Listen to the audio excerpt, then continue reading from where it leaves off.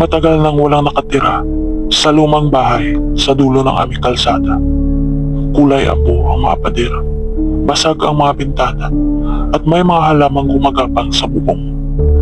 Tuwing daraan ako roon, parang may matang nakatingin sa akin mula sa loob. Sabi ng matatanda sa amin, may isang buong pamilya roon na pinatay sa loob ng bahay na iyon noong panahon ng digmaan. Simula noon, walang tumagal na tumira roon. Lahat daw ay nakakasakit, nababaliw o biglang nawawala. Isang gabi, nawala ng kuryente sa buong barangay. Mainit at hindi ako makatulog. Kaya lumabas ako para magpahangin. Doon ko napansin ang lumang bahay. May ilaw sa loob. Kinabahan ako. Paano magkakaroon ng ilaw brown out? Dahan-dahan akong lumapit. Habang papalapit ako, mas lalong lumalakas ang tibok ng puso ko. Biglang bumukas ang pinto. May narinig akong bulong. Tulungan mo kami. Parang hinihila ng kung anong puwersa ang katawan ko papasok. Pagpasok ko, nakita ko ang lumang mesa na may 4 na upuan.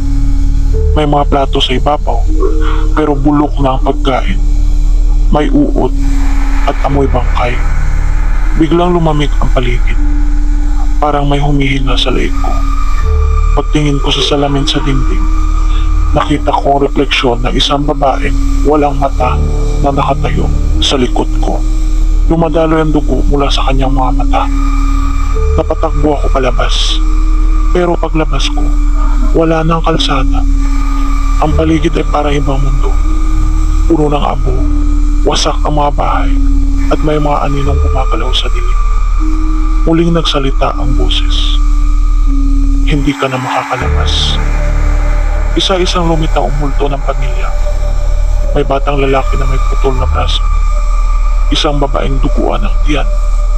At isang lalaking may lugit sa leeg. Sinubukan kong sumigaw, pero walang tunog na lumabas sa bibig ko. Biglang may humawak sa kamay ko. Isang matandang lalaki na may mapungay na mata. Gising! Nagising ako sa sahig sa labas ng bahay. Normal na ulit ang paligid. May kuryente na.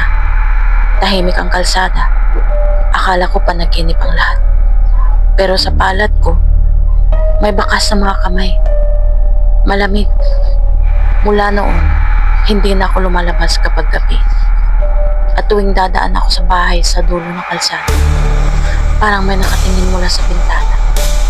At minsan, parang may bumubulong pa at sinasabing, babalik ka pa.